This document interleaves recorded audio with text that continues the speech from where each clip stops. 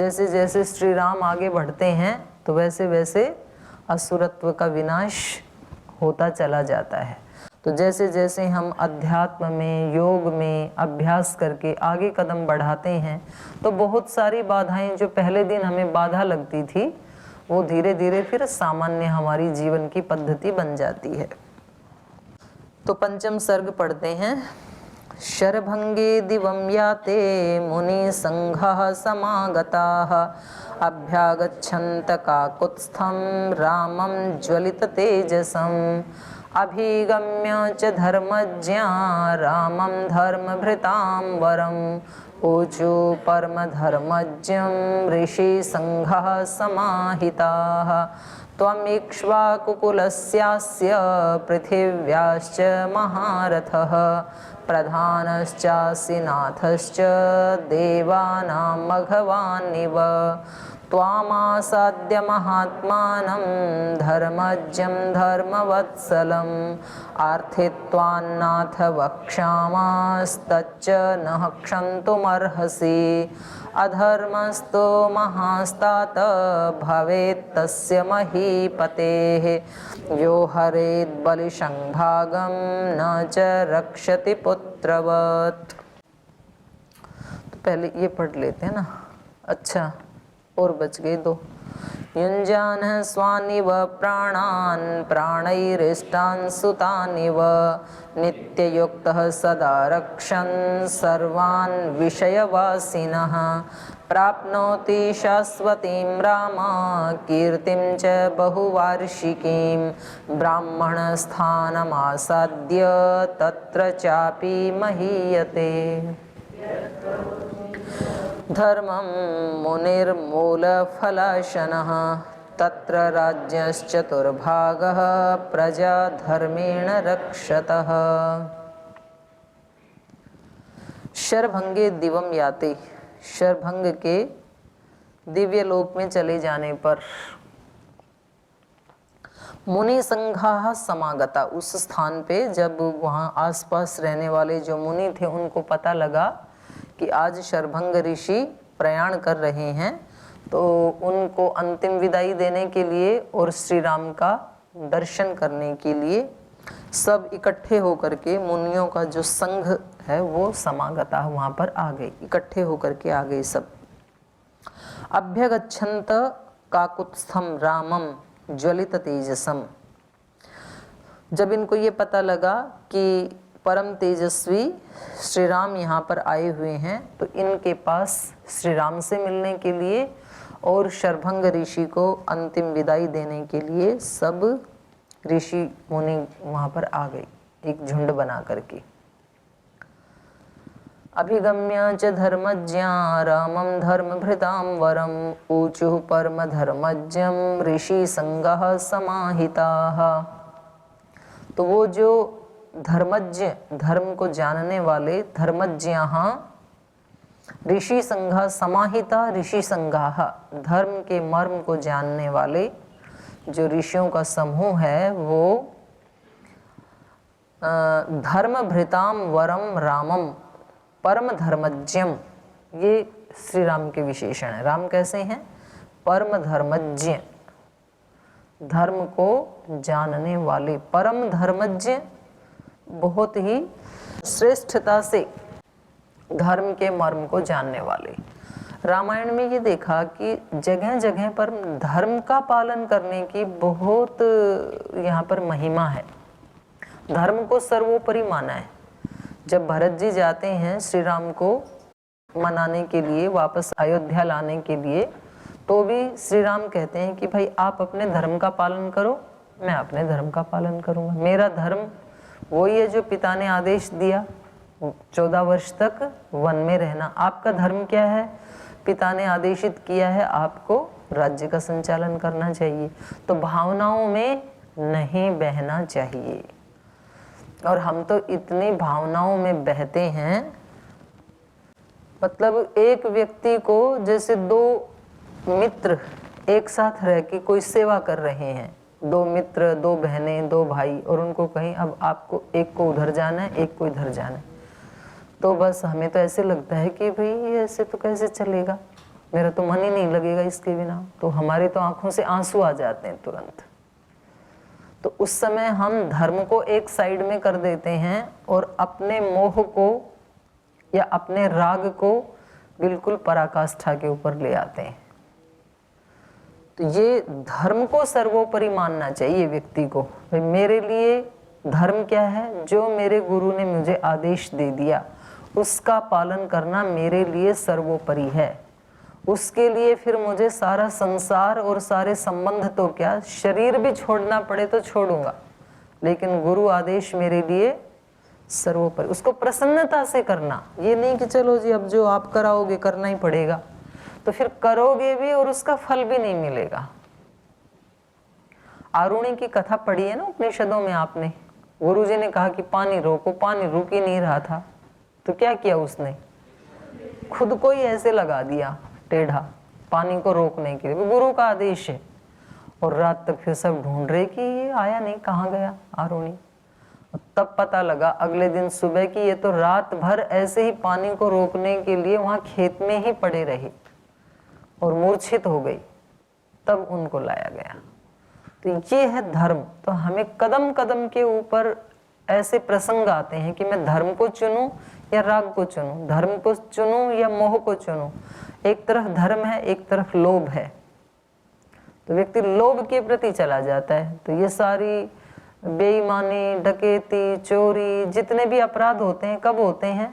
धर्म को दरकिनार करने पे होते हैं। और जब व्यक्ति धर्म को बिल्कुल अडिग रहता है कि ये मेरा धर्म है, कुछ भी हो, तो बस फिर वो व्यक्ति महान हो जाते हैं। छोटे छोटे कामों में धार्मिक बनने से व्यक्ति बड़ा धार्मिक बनता है। हम परम पूज्य गुरुदेव के जीवन को देखते हैं, श्रद्धेय आचार्य जी के जीवन को देखते हैं। सुबह से शाम तक महाराज जी ने खुद भी बताया था ना, एक दिन कोई व्यक्ति आगे बोल जी मैं तो बिल्कुल डिप्रेशन में चला गया आपको सुन सुन के। तो महाराज जी बोले मेरे को सुन के तो डिप्रेशन भागता है, ये डिप्रेशन में कैसे चला गया?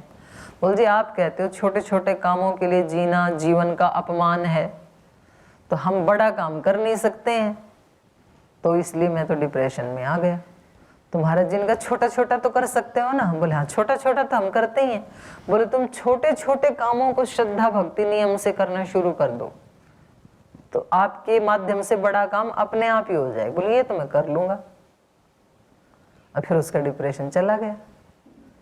छोटे छोटे काम ही श्रद्धा से करने हैं।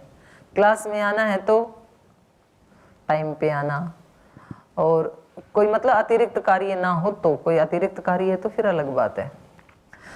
साथ में अपना डायरी पेन लाना, साथ में अपना अटेंडेंस का रजिस्टर लाना, फिर जब पढ़ाते हैं तो ध्यान से सुनना। नहीं तो कोई आ तो जाते हैं, फिर वो सोते रहते हैं, सो जाते हैं, नहीं तो फिर वो गर्दन झुका के बैठते हैं, या तो फिर मन कहीं और जाता है। तो हमारे को बिल्कुल अपने मन को ऐसे पकड़ के रखना पड़ेगा। स्वामी विवेकानंद जी जो कहते हैं उत्तिष्ठत जागृत, तो जगाने की बात कोई हम ऐसे बिस्तर में थोड़ी सोए हुए हैं, क्लास में बैठे हैं, फिर भी क्यों जगाने की बात कहते हैं? क्योंकि मन से जगे हुए नहीं है, शरीर से तो जगे हुए हैं पर मन की तरफ से तो सोए हुए हैं। कौन सा विचार उठ रहा है, कौन सी भावना उठ रही है, हम उसको रोकने की बजाय उसके साथ बह जाते हैं। तो श्री राम कैसे हैं? परम धर्मज्ञ, परम धर्म को जानने वाले हैं। अपने कम से कम हमें अपने धर्म का तो पता होना ही चाहिए। दूसरे के धर्म का ना पता है तो कोई बात नहीं, उनका वो देखेंगे, पता हो तो दूसरे का भी बता सकते हैं, अच्छी बात है। लेकिन अपने धर्म का तो व्यक्ति को पता होना चाहिए। तो इसलिए अपने डायरी में ना लिखने चाहिए, मैं एक सन्यासी हूँ तो सन्यासी का क्या धर्म है, वो आगे लिख के रखना चाहिए। मैं एक विद्यार्थी हूँ, विद्यार्थी का क्या धर्म आगे लिखना चाहिए। मैं एक राष्ट्र का नागरिक हूँ, एक राष्ट्र के नागरिक का क्या धर्म होना चाहिए। मैं एक मनुष्य हूँ तो मनुष्य का क्या धर्म है। जो जो कुछ हम हैं उस दृष्टि से हमारे क्या क्या धर्म है। अब जैसे जो सन्यासी बन गया तो वो पहले किसी का पुत्र था, लेकिन अब उसका पुत्र धर्म उसके लिए नहीं है, ठीक है। अब उसको, अब जो है ना, उस स्थिति में उसके क्या क्या धर्म है उसका चिंतन करना चाहिए और फिर वैसा ही जीना चाहिए। आनंद ही आनंद, खुद को भी आनंद, दूसरे को भी आनंद। जो अपने धर्म को तोड़ते हैं, नहीं जीते हैं अपने धर्म में, खुद भी दुखी, दूसरों को भी दुखी। पूरा एक माहौल खराब कर देता है एक व्यक्ति जब वो अपने धर्म में नहीं जीता है तो, और पूरे माहौल को उबार लेता है एक व्यक्ति जब वो अपने धर्म में प्रतिष्ठित हो जाता है। इतनी बड़ी महिमा है धर्म की। और यही कारण है कि देखो ये जो ऋषि हैं, ये भी, श्री राम तो एक गृहस्थ हैं और गृहस्थ में भी अभी बहुत ज़्यादा बड़ी उम्र नहीं हुई है सांसारिक दृष्टि से, तो ये तो युवा हैं, तो इनके पास ऋषि आते हैं, तो ये कितनी बड़ी बात है। इसका मतलब क्या हुआ कि श्री राम ने आज तक अपना एक एक क्षण धर्म और मर्यादा में जिया है। तो जो व्यक्ति अपने धर्म और मर्यादा में बरतेगा सुबह से शाम तक, छोटों के साथ कैसे बोलना है, बड़ों के साथ कैसे बोलना है, छोटों के प्रति क्या भावना रखनी है, बड़ों के प्रति क्या भावना रखनी है, साथ वाले मित्रों के प्रति कैसी भावना होनी चाहिए, जो रूममेट्स हैं उनके प्रति कैसी भावना और व्यवहार होना चाहिए, क्लासमेट्स के साथ कैसा होना चाहिए, ये सब हमारे धर्म में आते हैं। भोजन के प्रति हमारी भावनाएं और विचार कैसा होना चाहिए, संध्या हवन आदि के प्रति कैसा होना चाहिए, योग प्राणायाम के प्रति कैसी भावना होनी चाहिए, कैसा अनुष्ठान होना चाहिए, ये सब धर्म में आते हैं। और इनको जो जितनी श्रद्धा से और जितनी प्रसन्नता से करता है, बस वो ऐसे करते करते कब 5-7 जीवन के कम से कम मिनिमम 5 और मैक्सिमम 10 साल यदि कोई व्यक्ति अपने आप को झोंक देता है धर्म के प्रति, वो व्यक्ति महान बन जाता है।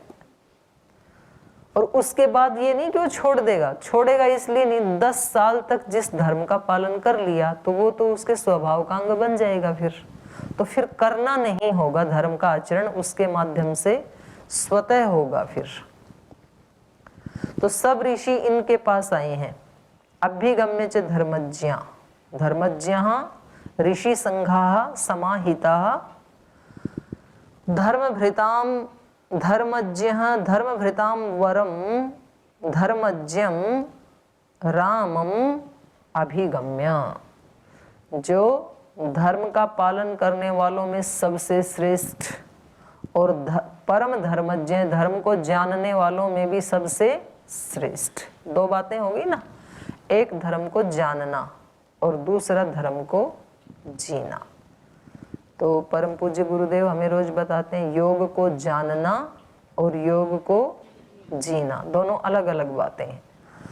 तो यहाँ श्री राम धर्म को जानने वालों में भी सबसे श्रेष्ठ हैं, इसलिए परम धर्मज्ञ कहा, और धर्म को जीने वालों में भी सबसे श्रेष्ठ हैं। धर्मभृताम वरम। अब सब यहाँ पर ऐसे तो योग को जानते ही हैं, पर कोई एक आप में से कोई साधु सन्यासी या सन्यासिनी या कोई विश्वविद्यालय का छात्र या छात्रा, कोई सब में एक हो सकता है सबसे सर्वश्रेष्ठ अपने धर्म को जानने वाला। फिर जीने वालों में ऐसे तो सभी जीते हैं, पर उनमें भी कोई एक ए ग्रेड का हो सकता है। भाई धर्म को जीने वालों में इस विद्यार्थी का ए ग्रेड है, ऐसे कहा जाएगा।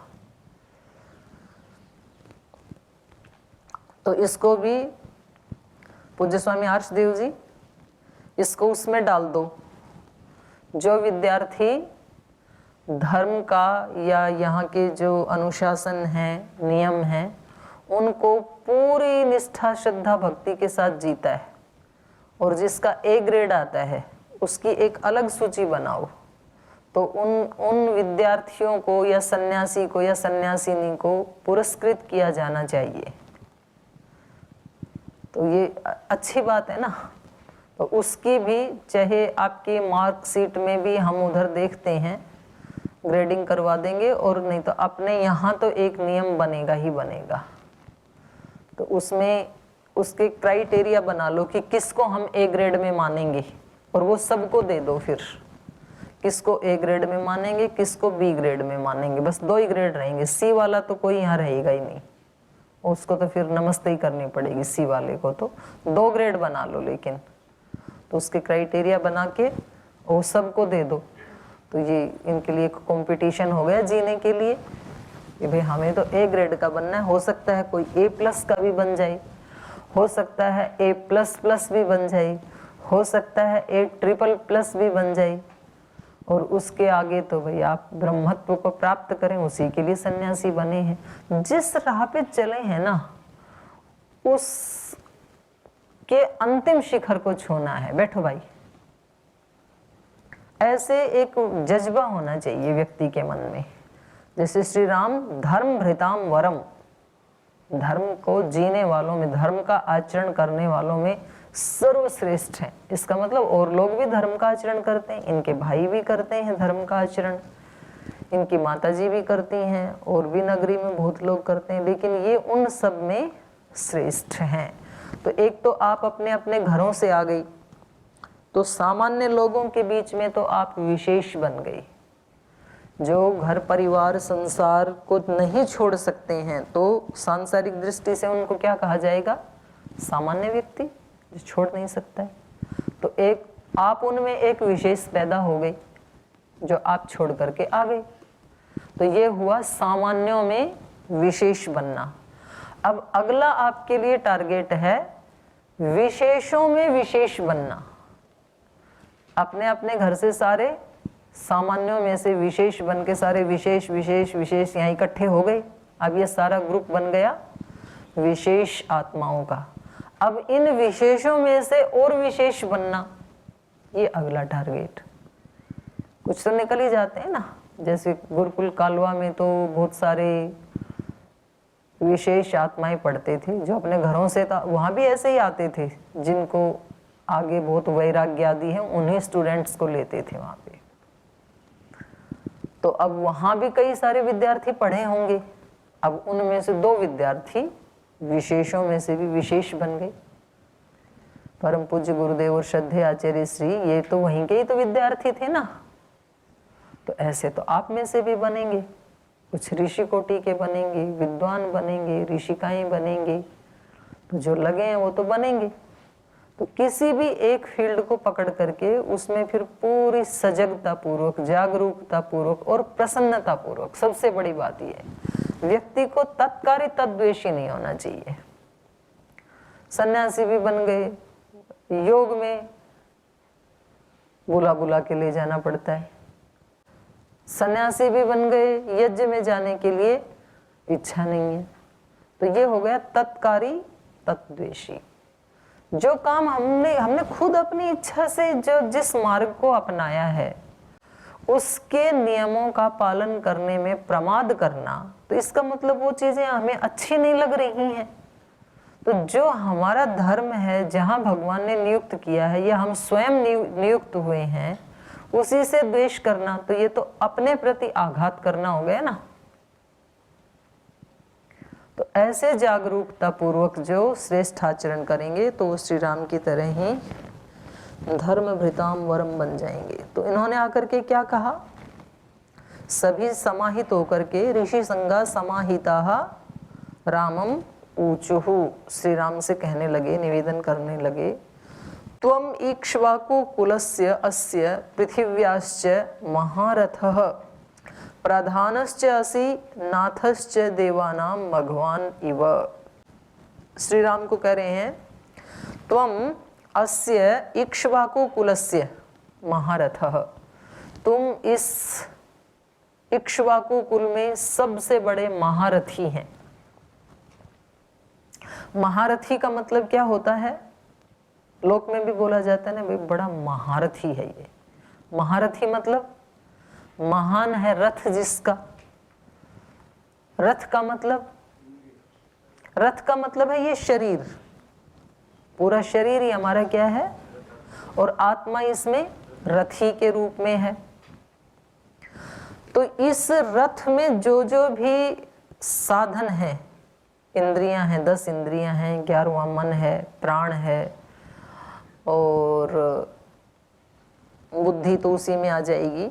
तो ये सारी शक्तियां जिसकी महान हैं, माने सारी इंद्रियां उस परम संपदा को अर्जित करने में लगी हुई हैं। कुछ इंद्रियां तो ऐसी हैं किसी किसी रथ में कि जो मिला उसको भी खोने में लगी हुई हैं, आलस से प्रमाद करके, अज्ञान में फंस करके, अविद्या में फंस करके, तो जो मिला उसको भी खो रही हैं। कुछ रथी इतने जागरूक हैं कि वो अपने इस रथ का परम सदुपयोग कर रहे हैं, क्योंकि यही तो समय है, युवावस्था, आरोग्य की अवस्था, यही तो वो टाइम होता है जब व्यक्ति को पूरी ताकत से आगे बढ़ना होता है, अपना कैरियर बनाने का टाइम जिसको बोलते हैं ना लोक में, वो ये टाइम है।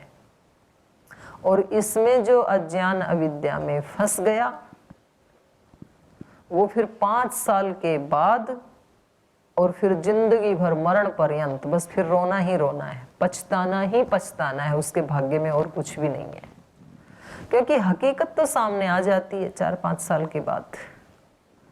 तो फिर व्यक्ति को ये सारे के सारे जो इस समय अमृत जैसे लगते हैं, आलस्य, प्रमाद, भोग, इंद्रियों के विषय, ये फिर विष जैसे दिखाई देने लगते हैं फिर।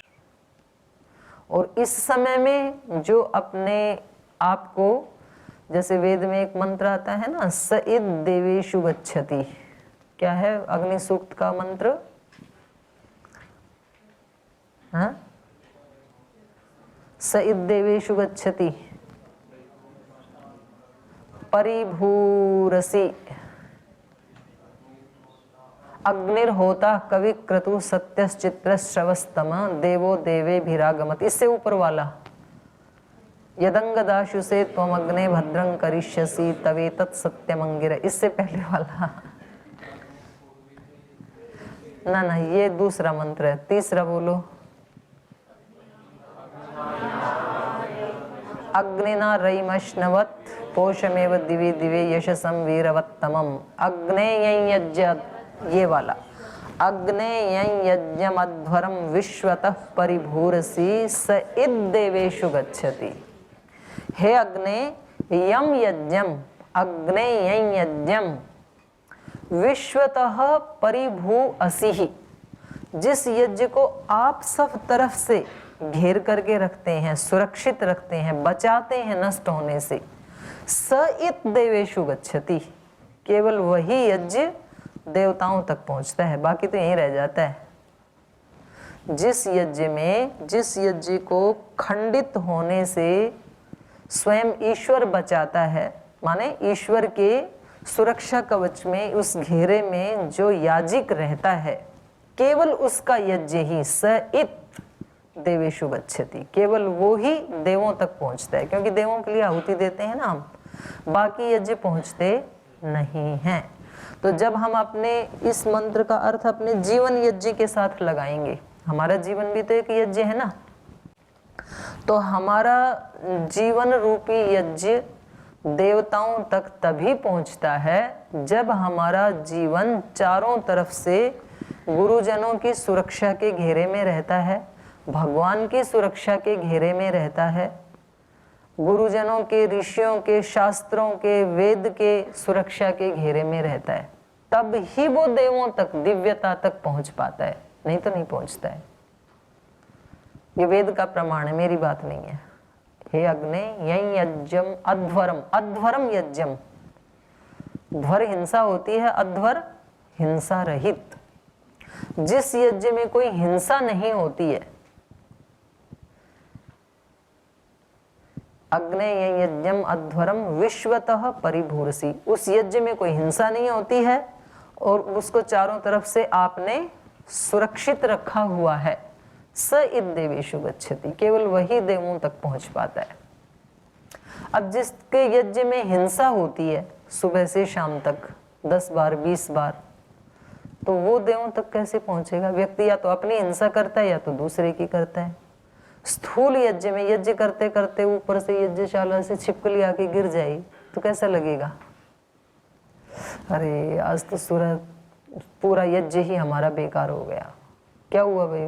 हिंसा हो गई थी। छिपकली तो थोड़ी बड़ी है, चींटी भी अगर उसमें कहीं जल जाए तो व्यक्ति को पूरे टाइम कैसा लगता है, बहुत बुरा लगता है कि आज का यज्ञ तो व्यर्थ हो गया, हिंसा हो गई आज यज्ञ में।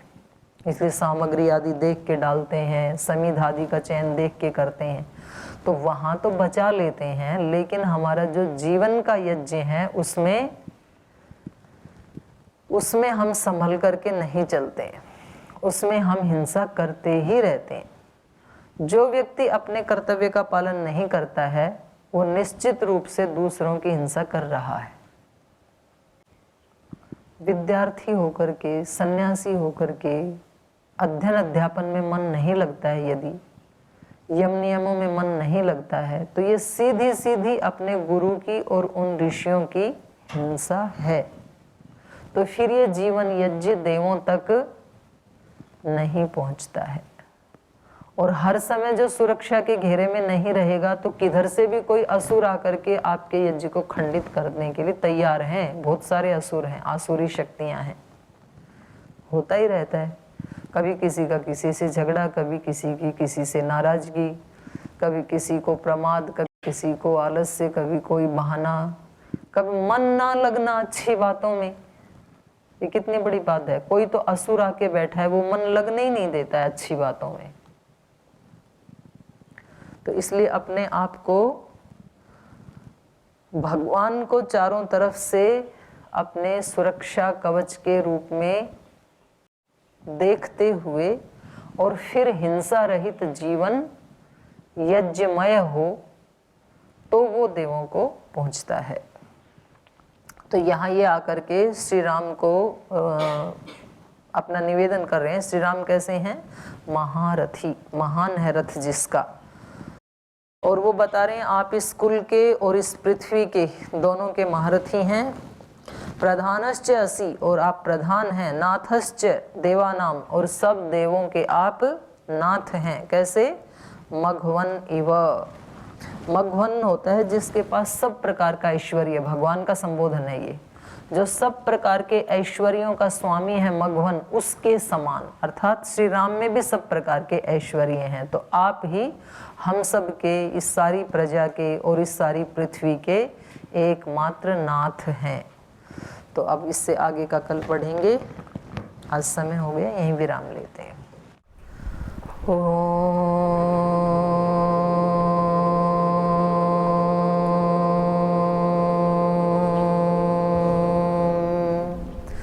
शांति शांति शांति। श्री गुरुभ्यो नमः। आदर्श हो धरती के, आदर्श हो धरती के, पुण्य प्रताप हो तुम हे राघव राम मेरे। पुण्य प्रताप हो तुम हे राघव राम मेरे। रखने को वचन पितु का,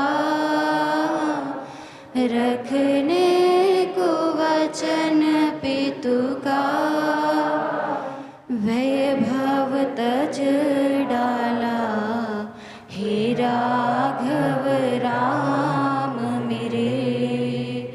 वैभव तज डाला हे राघव राम मेरे।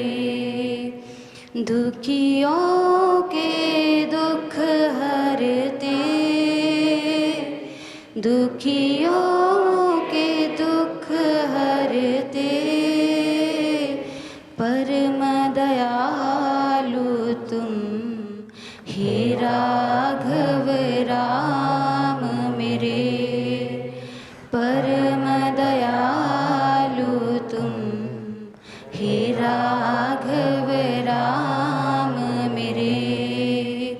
आदर्श हो धरती के, आदर्श हो धरती के, प्रताप हो तुम, हे राघव राम मेरे।